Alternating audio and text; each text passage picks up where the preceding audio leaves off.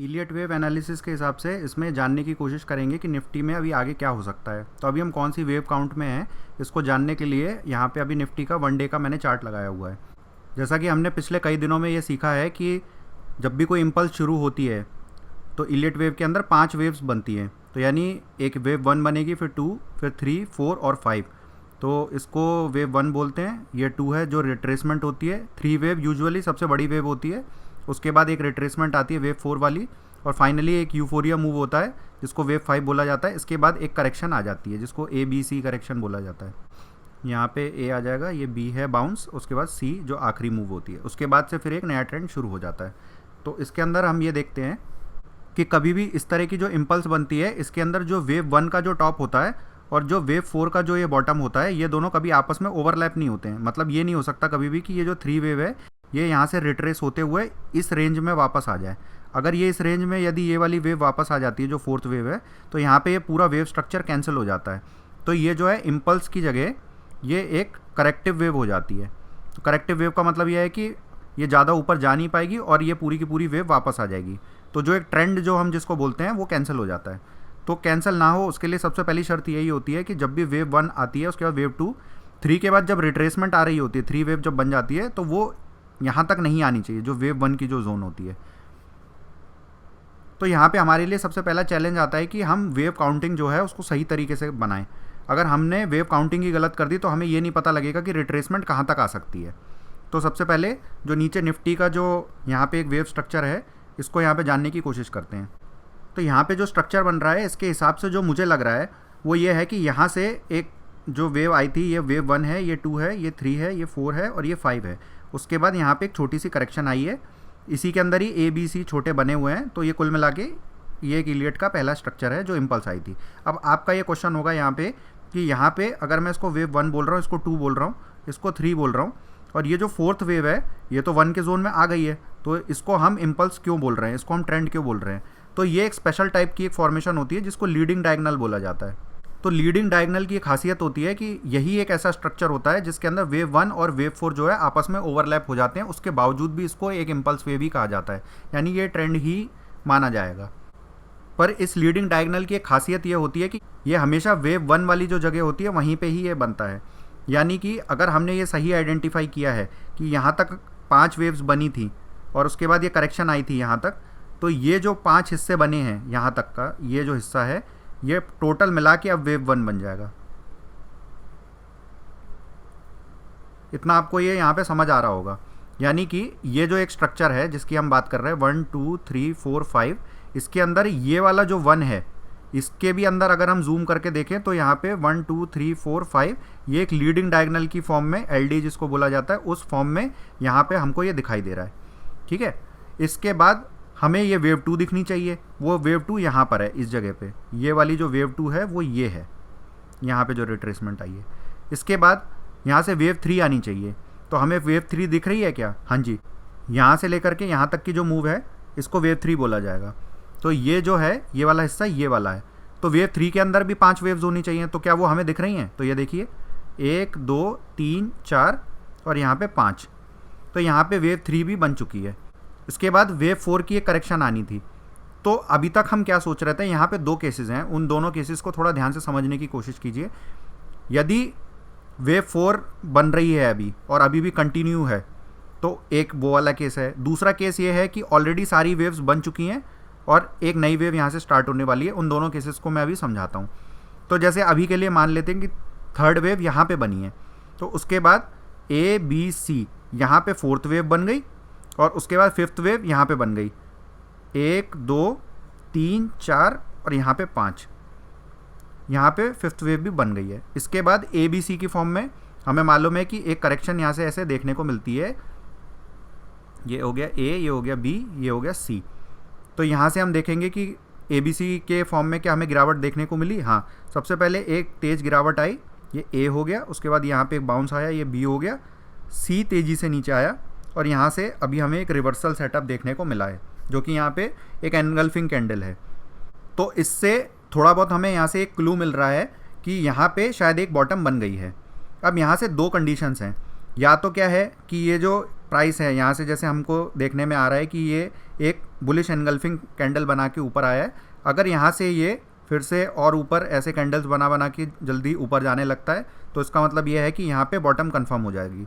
और वो वाला लेवल कौन सा होता है जहाँ पे हमें पता लगता है कि ये जो है एक्चुअल में ट्रेंड रिवर्सल है, वो भी देख लेते हैं एक बारी। आप जब चार्टिंग प्लेटफॉर्म जैसे कि ट्रेडिंग व्यू है उस पर अगर आप जाके देखेंगे तो वहाँ पे एक आपको रिट्रेसमेंट टूल दिखाई देता है। तो यहाँ पे आपको एक अपना कर्सर रखना पड़ेगा और दूसरा कर्सर आपको यहाँ पे रखना पड़ेगा। तो उसमें फिबोनाची लेवल्स जो हैं वो आपको वहाँ पे दिख जाते हैं। तो उसमें 38% का जो लेवल आता है वो आपको ये दिखाई देगा, 17,200 के आसपास वो लेवल दिखाई देगा। यानी कि ये जो इम्पोर्टेंट लेवल है यहाँ से ये डिसाइड हो जाएगा कि ट्रेंड रिवर्सल हो रहा है कि बाउंस हो रहा है। तो अब ये देखिए, ये जो सी वेव बनी है, यानी कि ये वाली जो आखिरी वेव है, मैं आपको दूसरे कलर में शो करता हूँ। जो सी वेव है उसके अंदर भी देखिए 5 वेव का स्ट्रक्चर हमें दिख रहा है, 1 2 3 4 और 5, और यहाँ से हमें बाउंस देखने को मिला है। तो अब ये क्या होगा, जब भी ये प्राइस वापस आता है तो ये 38% के आसपास रेजिस्टेंस लेता है। तो यहाँ पे इसने ऑलरेडी आज छोटा सा एक रेजिस्टेंस फेस किया है।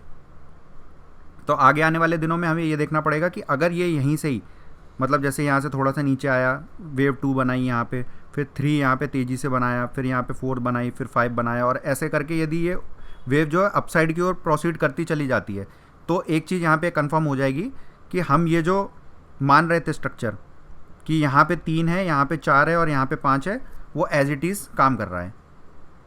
ये तो है आपका एक केस। दूसरा केस कौन सा है वो भी मैं आपको बता देता हूँ। तो जो अगला केस है उसके अंदर हम थोड़ा सा अपना एजम्पशन चेंज कर रहे हैं। जैसे अभी तक हम मान रहे थे तो थर्ड वेव यहाँ पे कंप्लीट हो गई, यहाँ तक तो एकदम सही है।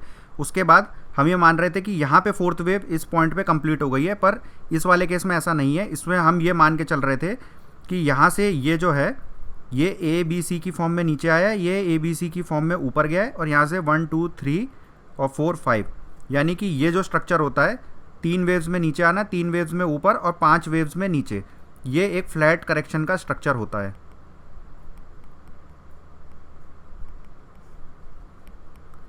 तो अगर ये फ्लैट करेक्शन यहाँ पे कंप्लीट हुई है, सी जहाँ पे कंप्लीट हुआ है, तो यहाँ पे हम फोर्थ वेव मार्क करेंगे और यहाँ से फिफ्थ वेव अपसाइड की ओर जाएगा। दोनों ही केस में जाना तो ऊपर ही है, पर अगर ये वाला केस है जो अभी मैं आपको बता रहा हूँ तो इसमें जो फिफ्थ का जो प्रोजेक्शन है वो 18,900 के आसपास तक जाएगा और वहाँ से फिर तेज़ी से नीचे आ जाएगा। क्यों? क्योंकि फिफ्थ के बाद हमें मालूम है कि गिरावट आती है। यहाँ पे देखिए लेफ्ट हैंड साइड पे जहाँ पे मैं ड्रॉ कर रहा हूँ, जब फिफ्थ वेव खत्म होती है तो ए बी सी, तो बड़ी गिरावट आएगी। तो अगर हम 18,500 से लेकर के 18,900 की रेंज में चले जाते हैं तो वहाँ से एक तेज़ गिरावट आएगी। वो कौन सा केस है? जब हम ये मान के चल रहे हैं कि 3 यहाँ पे कंप्लीट हुई है और नीचे फोर्थ कंप्लीट हुई है और ये टोटल एक फ्लैट करेक्शन है यहाँ पे।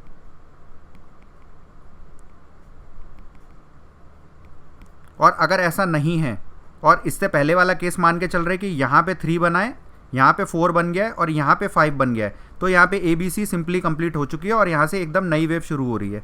तो अगर ये वाला केस है इससे पहले वाला, तो यहाँ से हम सीधे सीधे 23,000 के आसपास तक जाने की इसमें उम्मीद है हमको। अब 23,000 भी सीधे तो जाएगा नहीं, उसके अंदर भी 5 वेव्स का हमें स्ट्रक्चर देखने को मिलेगा।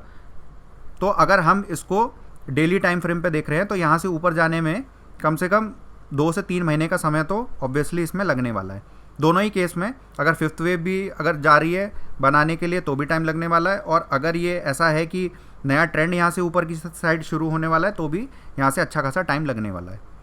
तो यहाँ से ये जो गिरावट आई थी इसको हम थोड़ा सा और अच्छे से जूम करके देख लेते हैं कि हम जो एजम्पशन ले रहे हैं वो सही है भी कि नहीं। वही जो हम डेली चार्ट पे देख रहे थे उसको मैंने 30 मिनट चार्ट पे इसको कन्वर्ट कर दिया है। इसमें हम सेम वही काउंटिंग देखते हैं। ये देखिए यहाँ पे वेव 1 जो ये टोटल उसकी बात हो रही है जो करेक्शन का जो फाइनल स्टेप था, यानी यहाँ से लेकर के यहाँ तक का, ये जो है ये ए बी सी की फॉर्म में नीचे आया है। ये ए है, ये बी है और यहाँ पे सी कंप्लीट हुई है। तो ए बी सी का जो स्ट्रक्चर होता है जो इलियट में, उसको समझने की कोशिश कीजिए। 1 2 3 4 5, ये तो आपको पता है कि यहाँ पे 1 2 3 ये 4 और ये 5। जब ये वेव्स बन जाती है उसके बाद ए बी सी का स्ट्रक्चर बनता है, ए बी और सी। अब ये हम कैसे देखते हैं कि ए और बी और सी देखने में कैसे दिखाई देते हैं।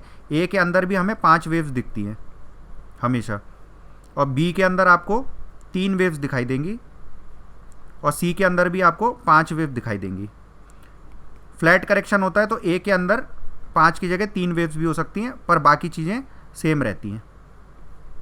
तो इसमें देखते हैं कि क्या हमें वही देखने को मिल रहा है। ए के अंदर देखिए 1 2 3 4 और ये 5, तो यहाँ पे हमें 5 वेव का स्ट्रक्चर दिखाई दे रहा है, जो कि सही है एकदम। उसके बाद बी के अंदर हम देखते हैं ए बी और सी, तो यहाँ पे भी बी का एक स्ट्रक्चर जो है हमें दिखाई दे रहा है। अब सी के अंदर भी हमने यहाँ पे देखा है कि सी के अंदर भी 5 वेव्स होती है। सी के अंदर तो हमेशा ही आपको 5 वेव ही मिलेंगी, ये तो एक यूनिवर्सल रूल ही मान लीजिए। तो कैसे काउंट करेंगे, यहाँ पे 1 2 3 4 और यहाँ पे 5। अब आप कहेंगे जो 1 होता है उसके अंदर भी 5 वेव्स होती है, तो हमें यहाँ 5 वेव दिख रही हैं, हाँ दिख रही है, 1 2 और फिर 3 4 और 5। यहाँ पे ओवरलैपिंग हुई है, क्यों? क्योंकि ये एक लीडिंग डायगोनल है जो कि हमेशा वेव 1 की जगह पे बन सकता है। उसके बाद वेव 3 बनी है जो कि सबसे लॉन्गेस्ट होती है, ये वाला रूल भी सही है।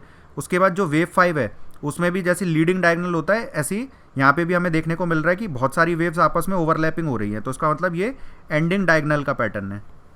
लीडिंग वाला वेव 1 की जगह बनता है, एंडिंग डायगोनल जो होता है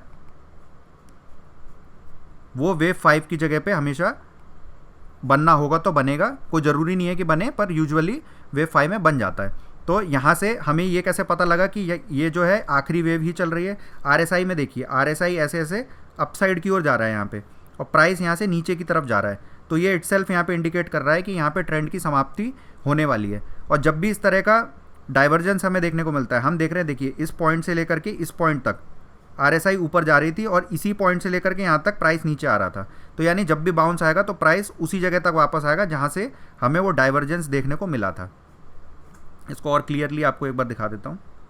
अब इसमें आप क्लियरली देखिए, इस पॉइंट से इससे पहले तो क्या हो रहा था, जैसे RSI नीचे आ रहा था तो प्राइस भी यहाँ से नीचे आ रहा था, तो यहाँ तक तो कोई दिक्कत नहीं है।